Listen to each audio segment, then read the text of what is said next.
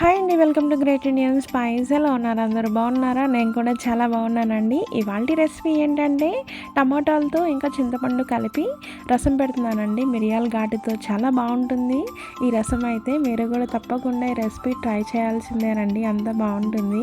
మరి ఈ రెసిపీ ఎలా చేయాలో చూసేద్దామా? మరి ముందుగా ఇక్కడైతే నేను రసం మసాలా ప్రిపేర్ చేసుకోవాలి కదా. దానికోసం జీలకర్ర, ధనియాలు, ఇంకా మిరియాలు, దాంతోపాటు వెల్లుల్లిపాయ రెబ్బలు, ఇంకా ఎండుమిర్చి కూడా వేసేసుకొని చక్కగా కచ్చా పచ్చా మనం మిక్సీ పట్టుకోవాలి. మరీ మెత్తగా కాకుండా చూసుకొని కచ్చా పచ్చా వేసుకోండి ఈ విధంగా.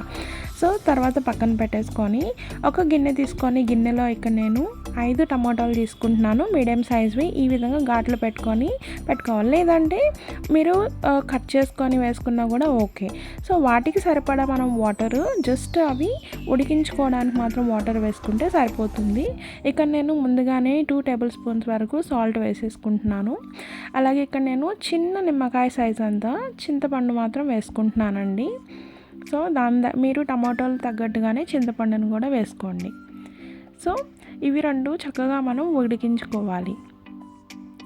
సో వాటర్ కంటెంట్ మనం తక్కువ వేసుకుంటున్నాం కాబట్టి మీరు మధ్య మధ్యలో చూసుకోండి, మాడిపోకుండా ఉండాలి. సో ఈ విధంగా వాటర్ అంతా అయిపోయిన తర్వాత మనం ఒక 20 మినిట్స్ వరకు పక్కన పెట్టేసుకుంటే చక్కగా అవి చల్లారిపోతుంది. చల్లారిపోయిన తర్వాత చేత్తో మాత్రమే మనం ఇక్కడ స్మాష్ చేసుకోవాలి. సో చూసారు కదా, ఈ విధంగా మెత్తగా స్మాష్ చేసేసుకోవాలి. తర్వాత మనం వాటర్ వేసేసుకొని ఆ తొక్కలు ఉంటాయి కదా, టమాటా తొక్కలు కానీ ఇంకా చింతపండుది కూడా, సో చక్కగా ఆ పిప్పినంతా తీసేసి పక్కన వేసేసుకోవాలి.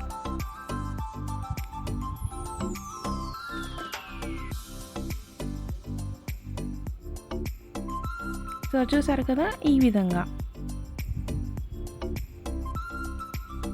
మనం ముందుగా ప్రిపేర్ చేసుకున్న ఏదైతే రసం మసాలా ఉందో అది కూడా మనం చక్కగా వేసేసుకొని ఒకసారి మిక్స్ చేసేసుకోవాలి.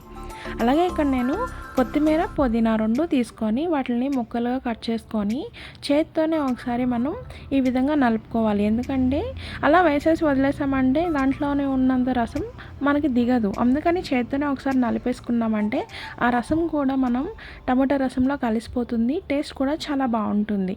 ఒకసారి సాల్ట్ అంతా సరిపోయిందో లేదో చెక్ చేసుకొని, సరిపోకపోతే మీరు కొంచెం యాడ్ చేసుకోండి.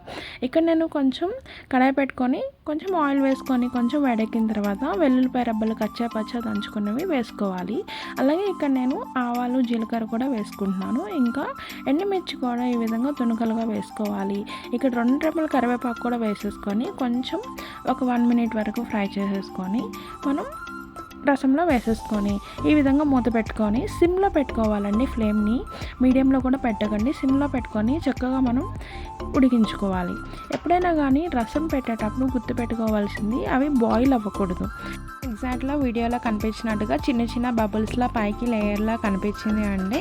సో మనకి ఈ విధంగా నొరుగు కనిపించిందంటే మనం స్టవ్ టర్న్ ఆఫ్ చేసేయడమేనండి. సో మన రెసిపీ అయితే కంప్లీట్ అయిపోయినట్టే. సో చూసారు కదా ఎంత తొందరగా ఎంత ఈజీగా చేసుకున్నామో.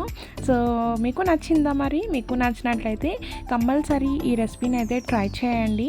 ట్రై చేసి ఎలా వచ్చిందో కమెంట్ సెక్షన్లో కమెంట్ చేయడం మాత్రం మర్చిపోకండి. అండ్ మీలో ఎవరైనా కొత్తగా చూస్తున్నట్లయితే ప్లీజ్ లైక్ చేసి, షేర్ చేసి, సబ్స్క్రైబ్ చేయండి. అలాగే లైక్ చేయడం మాత్రం అసలు మర్చిపోవద్దు. And thank you for watching.